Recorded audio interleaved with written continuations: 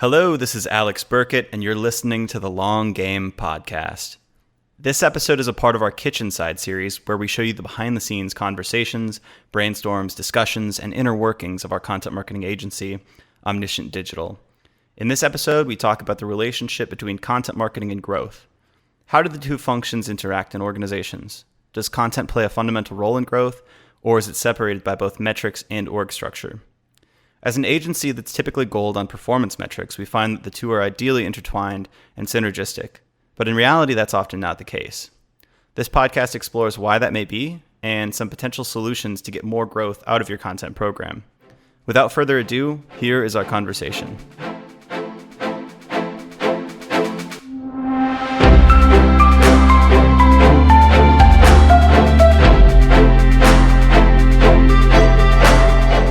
So let's go ahead and dive right in. On this episode of Kitchen Side, we're talking to Ali, Alex, and David on how growth and content overlap. So first, let's define growth marketing. Would you say that it places a higher value on goal setting, data analysis, testing? Ali, do you want to take this first?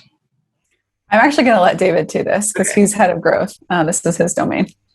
I will throw in a wrench and say that I actually dislike the title of growth marketer.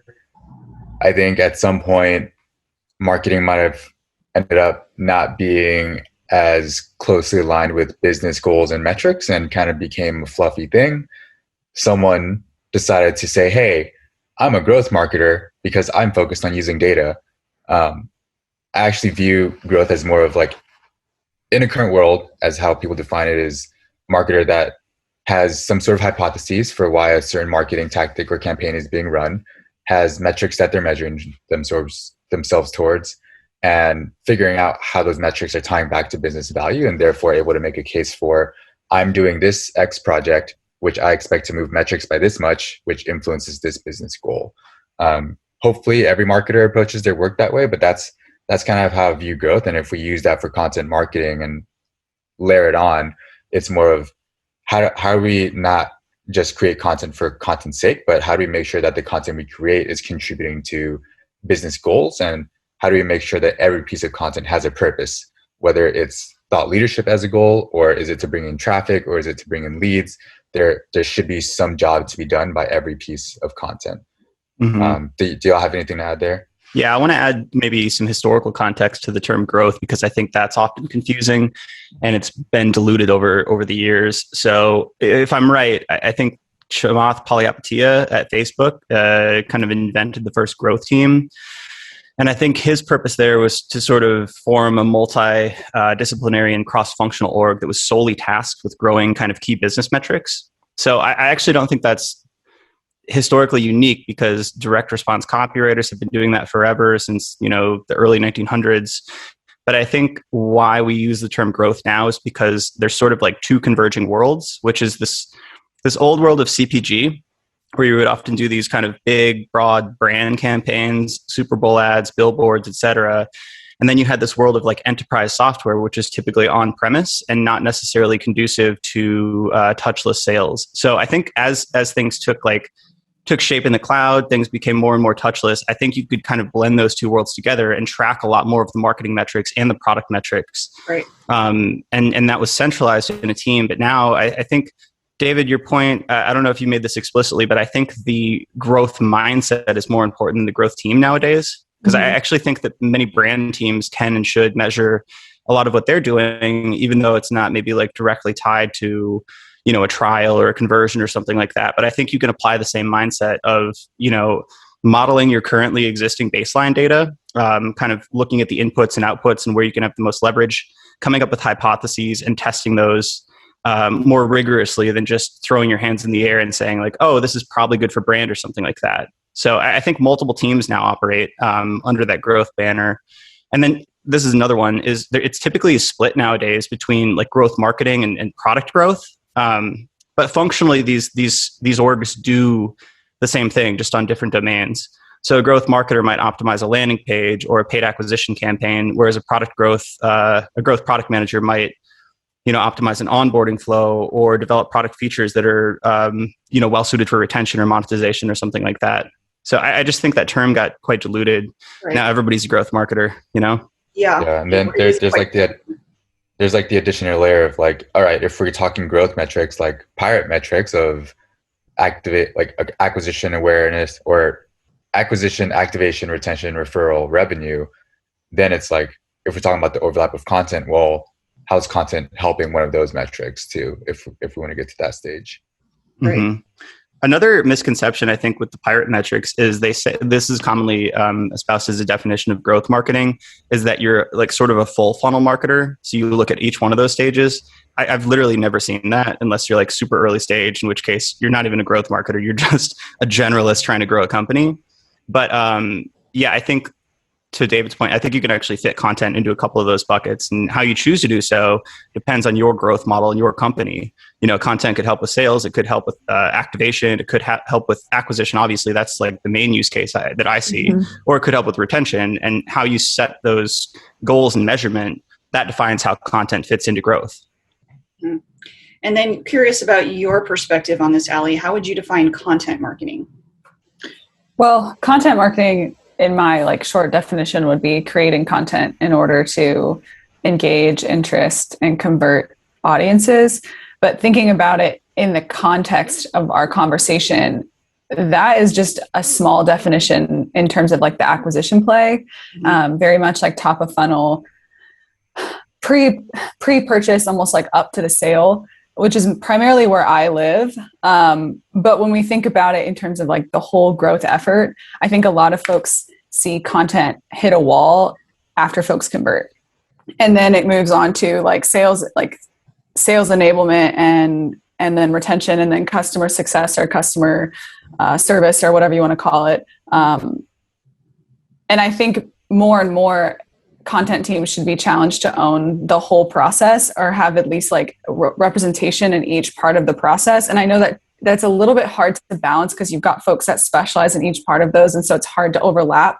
So in terms of how it looks like in a team, I'm not sure. But my definition of content marketing, especially after seeing how this conversation is playing out, it only truly lives in the acquisition, like the awareness and the acquisition phases, which I think most people would define content marketing as. So definitely room for growth, literally, as it pertains. I disagree with that. Really? Yeah, I think if we're thinking about content marketing for acquisition, that makes sense. But content marketing doesn't just have to serve the role. I think for what we do for clients, that tends to be the main goal. Content can and does influence things like retention and monetization. No, that's what I'm saying, is it should. But I think most content teams are built with like primarily marketing in mind. And when it comes to creating content for, you know, sales enablement, onboarding, customer retention, upgrades or upsells, those projects typically live on those teams, and there's not a lot of content influence from like the people who created the original content that converted to begin with. It's either like a second thought, like, oh, we should have the content team look over this, but there's not a lot of initial influence from the folks that initially wrote the stuff or created the stuff that converted these people to begin with. So I'm agreeing with you, as I'm saying it should have more of an influence throughout the entire customer, like a very intentional influence. Yeah. Can we put some specifics with maybe a hypothetical example here? Because I think I totally understand what we're going for. And we always tend to look at the lens of content as that first touch and like the first kind of like acquisition point. So if we're looking at a software company that maybe sells like chatbot or live chat software, we would think of content marketing, or most people would think of content marketing as writing blog posts that are like, you know, best live chat software, or how to convert from live chat or something like that. And the person then signs up, and then that conversion is kind of what we're tracking. That could be an ebook that then gets passed to like the sales team as like an MQL or SQL. That could be a direct free trial or freemium version of the product. But whatever that first touch point is, that's the acquisition level. And then as you go through the product, I guess like where are the other places where content typically touches, but content marketers don't? It's maybe like on the activation point, and that's where sales enablement content comes in. Sort of tutorial onboarding, software. The entire onboarding flow. I think what I'm realizing now is we're talking about like content and content team, like content and the teams that do content separately right now. Like where I'm like, oh, all of that is content marketing, but where I'm seeing a divergence is, yes, it's all content marketing, but it's a different team doing the content at each stage. And that's where the disconnect is. Like, it's kind of how you said growth marketing and product growth. There's content marketing and product content. And then there's like content marketing and customer service content. And I do think that the folks that work in customer service or customer success and the folks that work in like onboarding and like customer enablement or whatever you want to call it, they obviously know the subject matter very well, but are they poised to like create that content as well as the true content marketing team is? I don't know. I guess it depends on the organization, but in my experience from like my role as a content marketer, usually the onboarding flows and the help articles, like those things are afterthoughts. Like, oh, we should probably get something up on that. But it's like, that's just as valuable as the top of funnel blog post that initially hooked that customer. Why do you think it's such an afterthought? Why is that so common?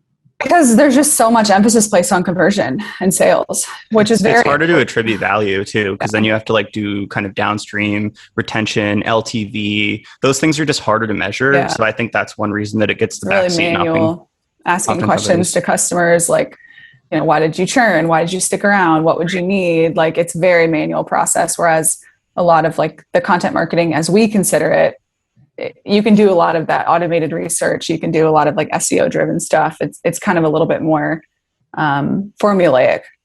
Right. It's kind of the same thing. Like when I was at CXL, we would see that companies would almost always, if they had a limited budget, they would opt to bring in new traffic, either through SEO or through paid acquisition, typically paid acquisition, because there's an immediate return or at least immediate feedback loop. And you can sort of, you know, it's additive, whereas conversion optimization was looked at as sort of this long-term, maybe incremental thing where you're like optimizing pages, but it's not necessarily bringing in net new customers. So I think acquisition tends to get prioritized. But one quick point on those different teams, I feel like it's actually okay if they sit under different orgs. Mm-hmm. There probably is some additional contextual insights that say like a product content person is going to have with regards to like the product experience. Same thing for the marketing side, which is the same thing with growth marketers and growth product managers. Like they have domain expertise, but the important thing I think is that they talk, because the product side, it's like they could benefit from the insights of knowing what content people read before they actually came in. And that may help them craft a better journey towards that activation point, towards that monetization point, and vice versa. Like there's a lot of technical content within the app or within kind of like the retention level that could be used on the blog to better inform people. And it makes me think of this statement that Tim Solo said when we talked to him in the office hours. The first, what did he say? The first time a customer uses your product is in their head. So they always write content. And I asked him this specifically. They write content without differentiating between whether it's a current user or somebody who's never heard of Ahrefs. It essentially serves both purposes, which I find fascinating. Interesting. That's interesting. Yeah. So are there any other ways to eliminate duplicate efforts between the teams, would you say? Like we've gotten a little bit off topic. No, I mean, you can definitely duplicate content, or like not duplicate content, but repurpose content. Because I feel like there's a lot of knowledge-based stuff that is quite technical, but if you just like put an intro paragraph and some formatting on it, it could be a really good blog post that could hit a how-to keyword. You know, just strip out like the main product stuff and make it more general. And I feel like that's going to come in at like the consideration level almost. Like that's going to be pretty middle of the funnel content. Yeah. But before we go further down this path, it sounds like we're going down a path of how content can serve different users based on where they are in the funnel, and if they're a product user. Do we want to keep going down that path, or do we want to zoom out and go back to like content marketing versus growth? Actually, an interesting topic with regards to the different places in the funnel is who chooses, like who determines like which content goes at which place in the funnel and how you're measuring each part. Is that the growth person or is that the content person? Growth, I would think, right? I would, yeah, I don't know. Because I think the one thing that I've heard about growth that I actually found a really good definition, I think it was Andy Johns, said that growth, it's like accounting owns the inflow and outflow of cash and growth owns the inflow and outflow of customers or something like that. So I like the lens that the growth marketer or the head of growth or product growth or whoever that growth person is, they build and maintain the growth model. And I think that's the foundational piece of almost all activities.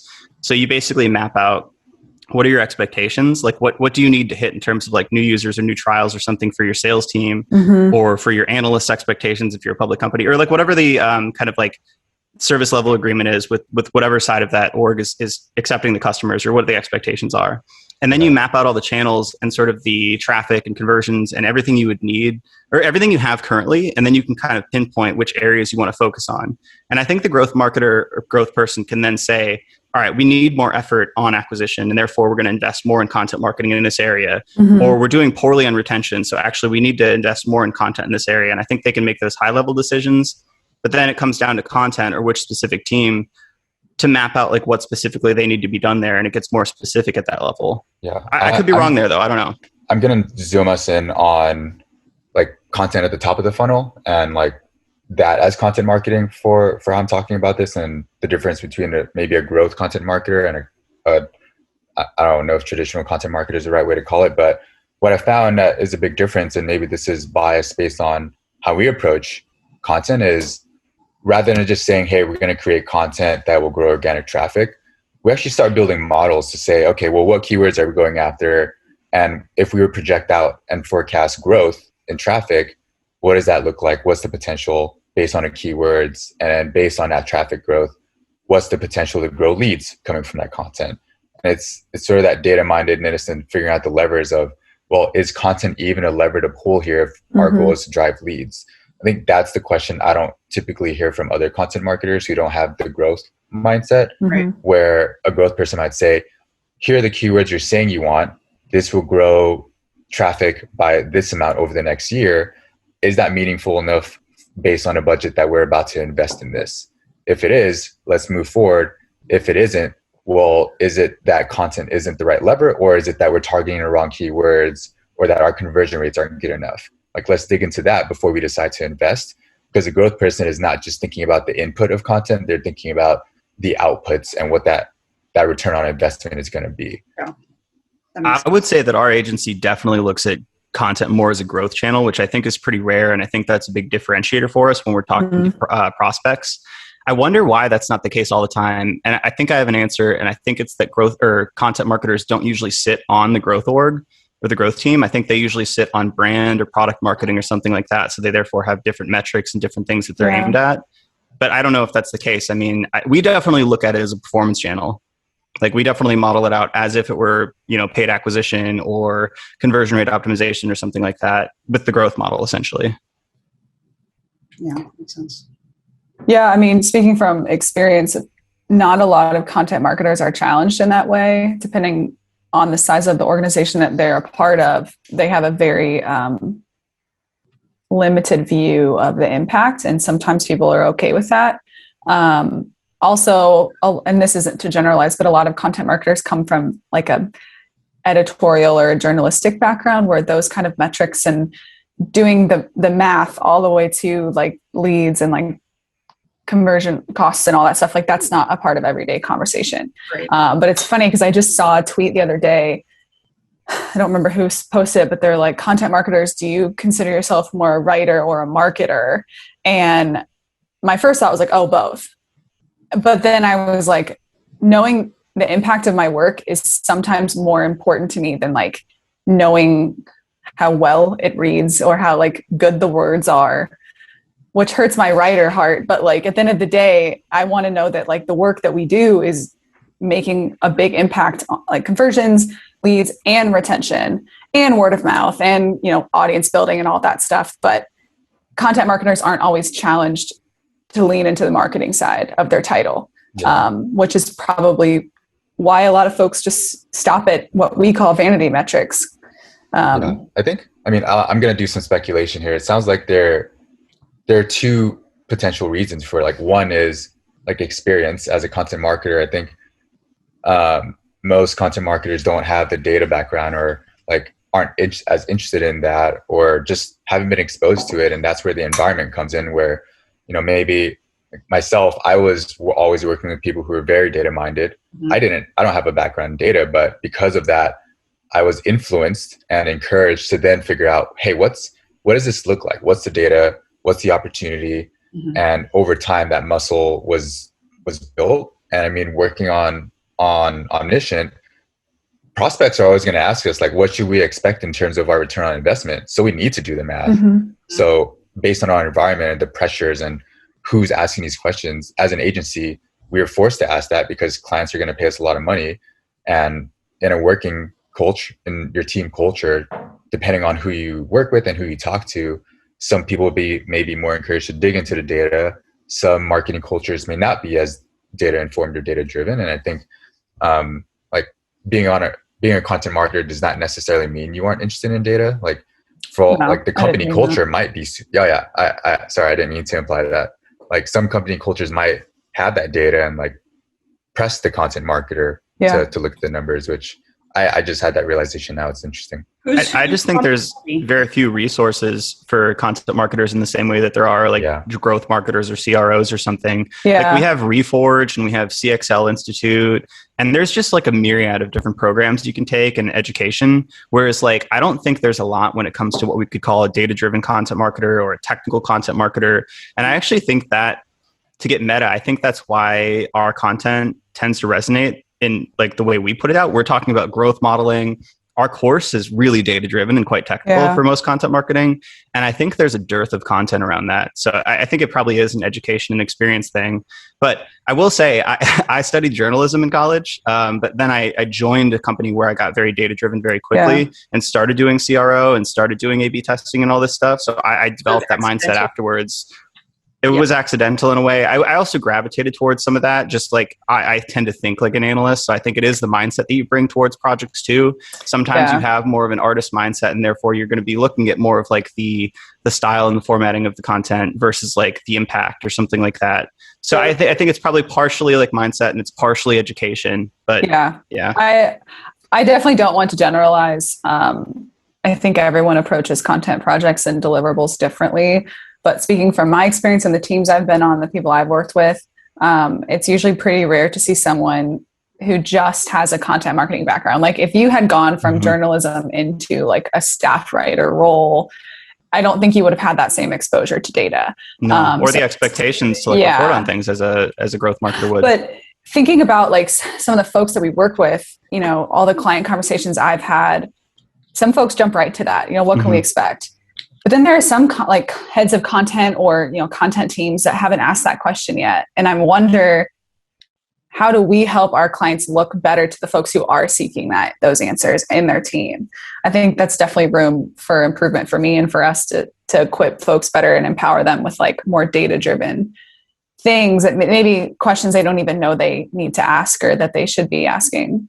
Yeah, it does seem like there's that quadrant 4 of like things you don't know. Right. So there's some level of like, you don't even know what to expect. So I think our like what we're doing here is probably like a good service in terms of like saying, oh, actually you can append, you can like use these metrics that growth teams use. I think that's actually pretty novel for many teams. And thinking about like one of y'all posed the question of like why some content agencies don't approach it like this. I see our responsibility as an agency just as much to deliver as it is to educate. I think that's why people consider us like a part of their team, an extension. And that's why I'm so passionate about like having just as many conversations and client calls about like educating the people that we're talking to as it is to just telling them what we've done. Well, like since we talked last and progress updates. That's exciting to me. So maybe that's one way that we're differentiated. Yeah, I think it's pointing to a bigger thing. I just got off a call with Glenn and a client we're working with, and we're working with the head of marketing. We're going to meet with their head of content. Alex, who's their head of marketing, was like, hey, our head of content's having a lot of trouble. She's committed to 90 pieces in a quarter. That's more than a piece a day. And getting a bunch of requests from leadership. And she could use some help with like adding some data-driven insights to content marketing to help prioritize and push back on like what should actually be done versus just like, hey, leadership's asking for this, we got to do this. Or hey, sales team's asking for this, we should do this. Whereas when we come in, we're like, okay, based on the data and what we've done, like understanding search volume, potential conversion rates, and like search intent, here's what we prioritized for you.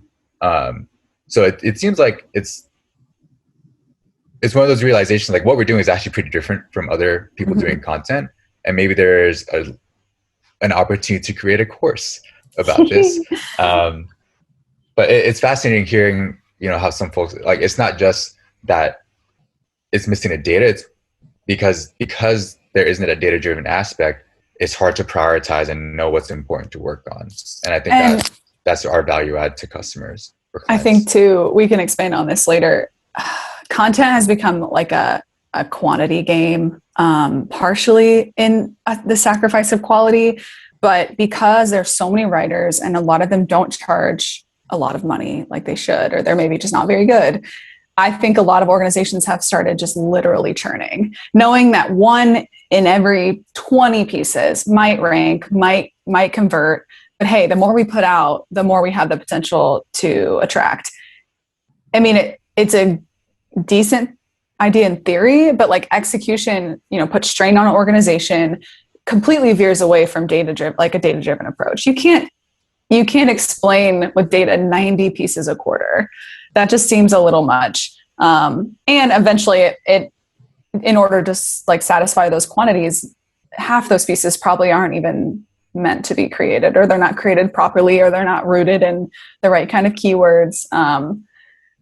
So I think like content moves really quickly. And I know speed is the key for a lot of startups, but it doesn't have to be that fast if it sacrifices more important things along the way, like quality.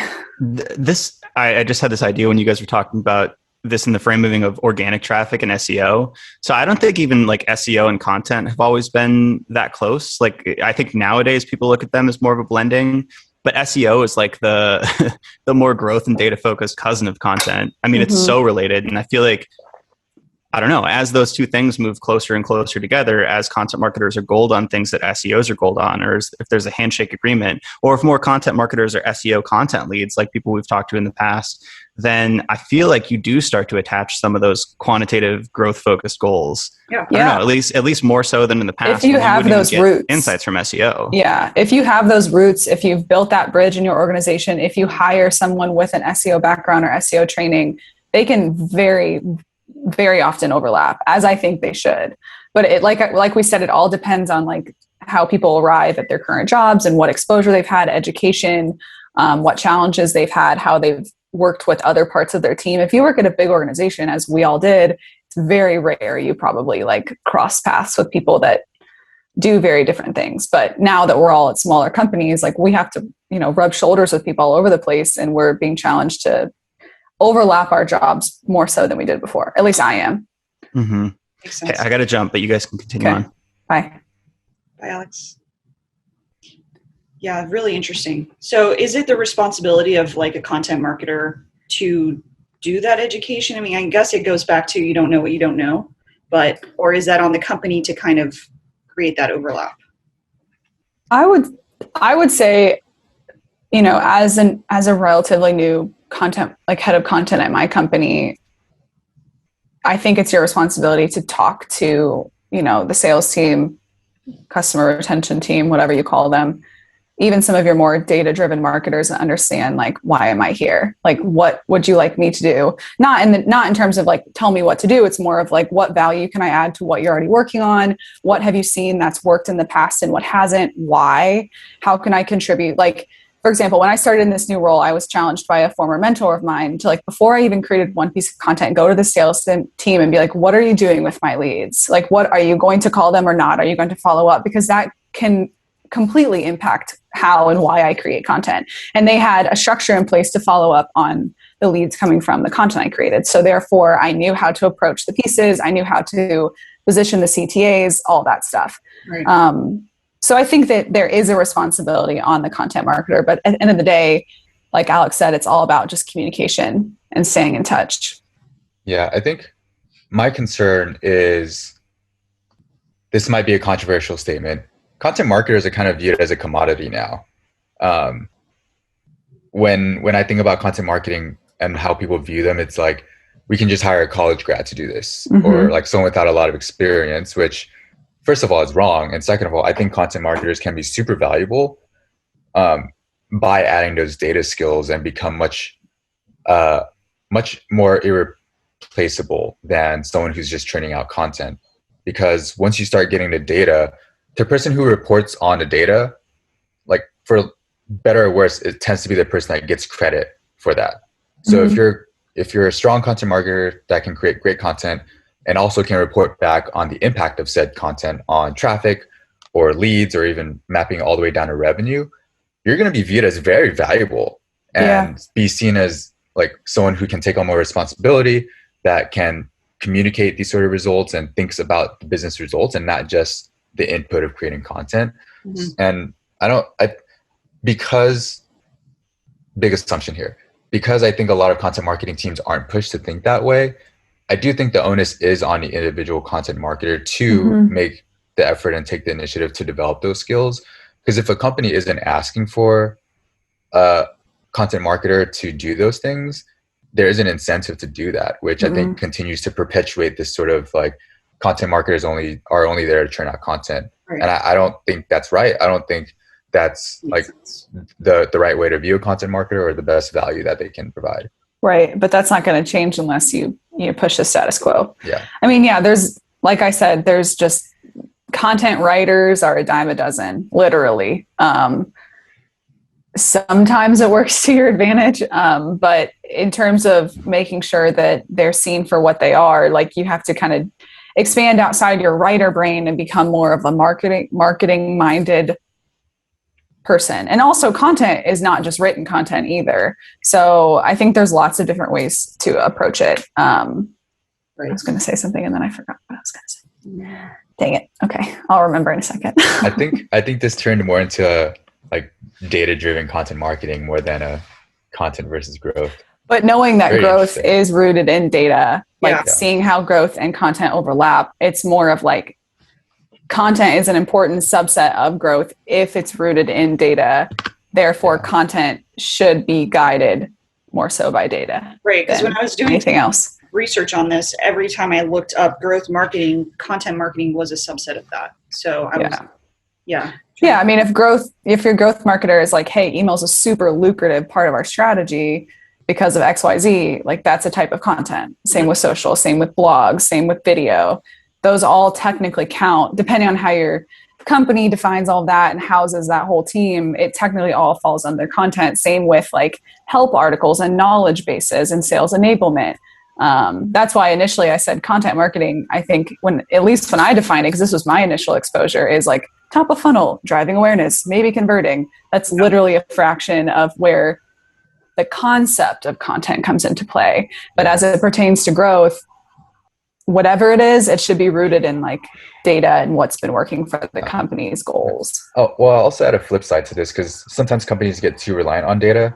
I think the piece of growth that often gets overlooked is the idea of having a hypothesis for why you do things. Because sometimes there isn't data to back stuff up and you just got to like make sure there's clear reasoning and logic. Like us creating the podcast, like us hiring Carissa for you to come on and like help produce the podcast, do these kitchen sides. We had a hypothesis that producing this podcast would help us develop as thought leaders, get more of ideas out there and like develop more credibility. And like, how do you put data behind that? Like, sure, we could say numbers of downloads on a podcast, but we're not going to expect millions of downloads in the next year. Right. But we're getting the feedback from people like, oh, I love your podcast, or hey, I thought this was interesting. And it's like, about that to us validates the hypothesis. Right. That one, bringing on Krista was a wonderful idea for many reasons. Two, that a podcast like will build up that ROI over time. Like maybe it's not measurable by numbers, but we're getting that feedback and we're continuing to validate that. So I don't want it to just be like numbers everything. But like, no, there's definitely a place and I think a role that qualitative data plays as well, which I think is what we're talking about here. Yes. And that comes down, like when I talk about data-driven content marketing, I don't think of just like numbers and like monthly search volume and stuff. That stuff's very important, but like same with rooting all of your content ideas and like customer conversation, reader, subscriber, like that stuff counts as data to me too. Research driven content strategy and not just like, oh, this sounds like a fun topic, which there's time and place for that. But at the end of the day, I think the majority of what you strategize should be rooted either in numbers or conversations, like intentional research, buyer personas, if we want to even go that far. Yeah, that's really good. All right. Anything else to add? Anything we didn't cover? That was Thanks for rolling with the punches today, Chris. So we got super off topic. I know. As we Maybe always this was do. a topic all along, though. It was. It's really interesting. I learned a lot, so hopefully listeners do too. Yeah, Awesome. this is super helpful. I mean, especially after the conversation Glenn and I had last night with our client, I was like, oh, this isn't a common thing, especially in like big companies where you can kind of fly under the radar if you're like, and just kind of, hey, leadership said to write this and we wrote it, great, versus having numbers to back up the value of the content. But might be something for us to do some education around too. Yeah. Thank you, guys. Yeah, thanks. Thank you.